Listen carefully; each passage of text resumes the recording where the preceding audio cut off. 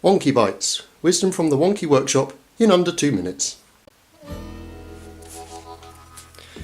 So quite often on a bandsaw when you're cutting timber, whether with or without a fence, as I'll show in a moment, particularly with hardwoods, the wood can start to bind on the back of the blade.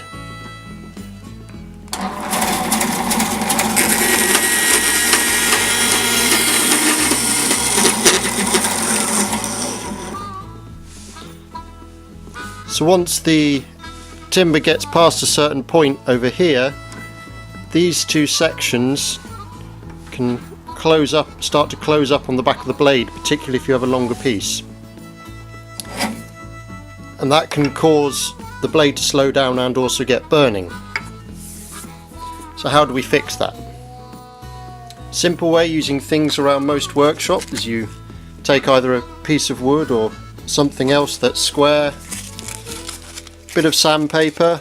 I'm using 240 grit, you can use 320, it doesn't have to be that coarse. Set the machine running, and just at the back of the blade on that flat spot, touch it about 45 degrees there and 45 degrees there.